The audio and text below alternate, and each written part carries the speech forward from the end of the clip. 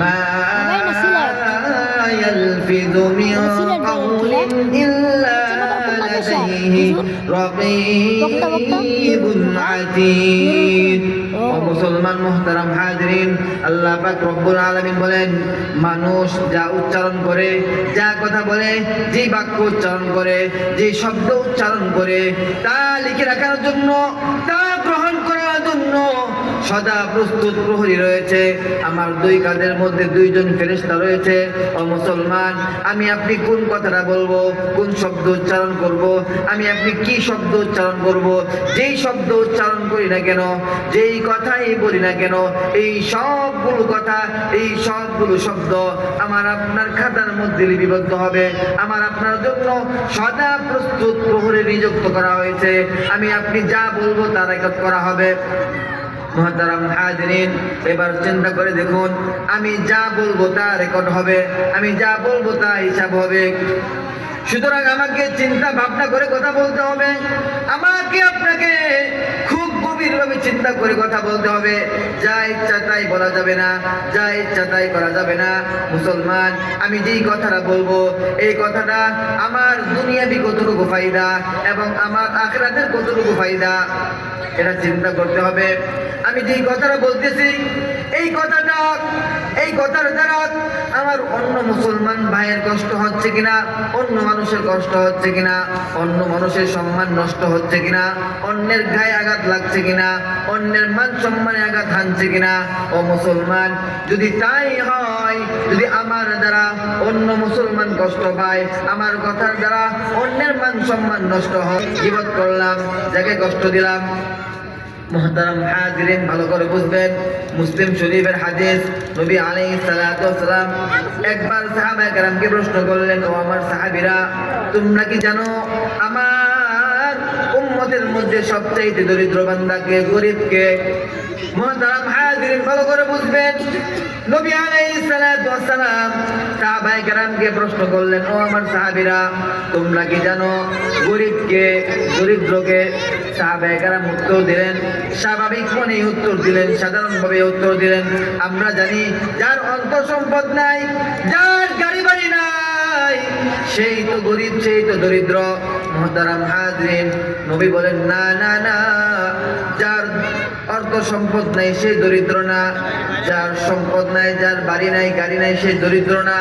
বরং দরিদ্র হচ্ছে ওই বান্দা, বরং প্রকৃত গরিব হচ্ছে ওই বান্দা যে ব্যক্তি দুনিয়াতে থাকা অবস্থায় অনেক নামাজ রোজা করেছে, ফরজ নামাজগুলো আদায় করেছে, নফল নামাজগুলো আদায় করেছে, রোজা রেখেছে, হজ করেছে, দান করেছে, অনেক ধরনের ইবাদতের পাহাড় নিয়ে এই কিয়ামতের ময়দানে এসেছে। কিন্তু মুসলমান মুহতারাম হাজিরিন, সে দুনিয়াতে একটি কথার দ্বারা অন্যকে কথার দ্বারা কষ্ট দিয়েছে, অন্যের সম্পদ অন্যায়ভাবে লুণ্ঠন করেছে, অন্যের মান সম্মান হানি করেছে। এইগুলো করার কারণে, অন্যর হক নষ্ট করার কারণে এই আজকে কিয়ামতের ময়দানে তার সওয়াবগুলো, তার নেক আমলগুলো, যার যার হক নষ্ট করেছে, যাকে যাকে কষ্ট দিয়েছে, তাকে দিয়ে দেওয়া হবে। মুহতারাম হাজিরিন, এই নেক আমলগুলো দেওয়ার পর যদি আরো পাওনাদার বাকি থাকে, আরো হকদার বাকি থাকে, তাহলে কি হবে? তাহলে ওই পাওনাদারদের গুনার বোঝা এই ব্যক্তিকে দিয়ে দেওয়া হবে। মুহতারাম হাজিরিন, সম্মানিত হাজিরিন, ভালো করে বুঝবেন, এই হাদিস দ্বারা আমরা কি বুঝলাম? আমরা সারাদিন নেক আমল করলাম, অনেক নামাজ পড়লাম, অনেক রোজা রাখলাম, অনেক বেশি ইবাদত করলাম, অনেক বেশি দান করলাম, কিন্তু মুহতারাম হাজিরিন, আমি অন্যায়ভাবে অন্যকে কষ্ট দিলাম, অন্যের সম্পদ লুণ্ঠন করলাম, তাহলে আমার আপনার এই আমলগুলো কোনো কাজে আসবে না, আমার আপনার এই নেক আমলগুলো কোনো কাজে আসবে না। বরং আমার আপনার এই নেক আমলগুলো অন্যকে দিয়ে দেওয়া হবে। আমি আপনি যাকে কষ্ট দিয়েছে, যার সম্পদ অন্যায়ভাবে লুণ্ঠন করেছে, মুহতারাম হাজিরিন, বর্তমান সময়, বর্তমান জামানায় আমি আপনি অন্যকে কষ্ট দেওয়ার জন্য উঠে পড়ে লেগেছি। আমার ভাইয়ের 1 বিঘা জমি কিভাবে লুট করব, আমার ভাইয়ের 1 ইঞ্চি জমি কিভাবে লুট করব, কিভাবে একটু টাকা ইনকাম করা যাবে, কিভাবে অন্যকে কষ্ট দেওয়া যাবে, এই রকম প্রতিযোগিতা বর্তমানে চলতেছে। মুহতারাম হাজিরিন, সারা রাত্র নফল নামাজ পড়লাম, সারা রাত্র ইবাদত করলাম, আর সকাল বেলায় উঠে পরনিন্দা করলাম, সকাল বেলায় উঠে একটু গীবত করলাম, তাহলে আমার আপনার অবস্থা হবে এরকম। সারা রাত্র নফল নামাজ যা পড়লাম, যত ইবাদত করলাম, সব ইবাদত গুলো আমার নষ্ট হয়ে যাবে। বরং ইবাদতের লাইনে যতটুকু অগ্রসর হয়েছিলাম এর দিকে আবার পিছনে চলে আসলাম।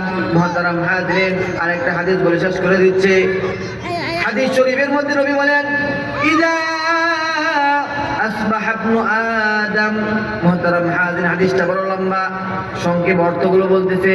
প্রত্যেক অঙ্গ প্রত্যঙ্গগুলো প্রতিদিন সকাল বেলায় জবানকে বলে, ও জবান, তুমি আমাদের জন্য আল্লাহ তাআলাকে ভয় করো। কেননা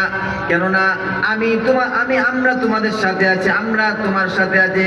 আমার হাতগুলো জবানকে বলে, আমার পাগুলো জবানকে বলে, ও জবান, সকাল বেলায় যখন আপনি ঘুম থেকে ওঠার পর জবানকে আমার হাতগুলো বলে, আমার পাগুলো বলে, আমার দিল বলে, আমার চোখগুলো বলে, আমার কানগুলো বলে, সব অঙ্গ প্রত্যঙ্গগুলো জবানকে বলে, ও জবান, তুমি আমাদের সম্পর্কে আল্লাহ তাআলাকে ভয় করো। কেন?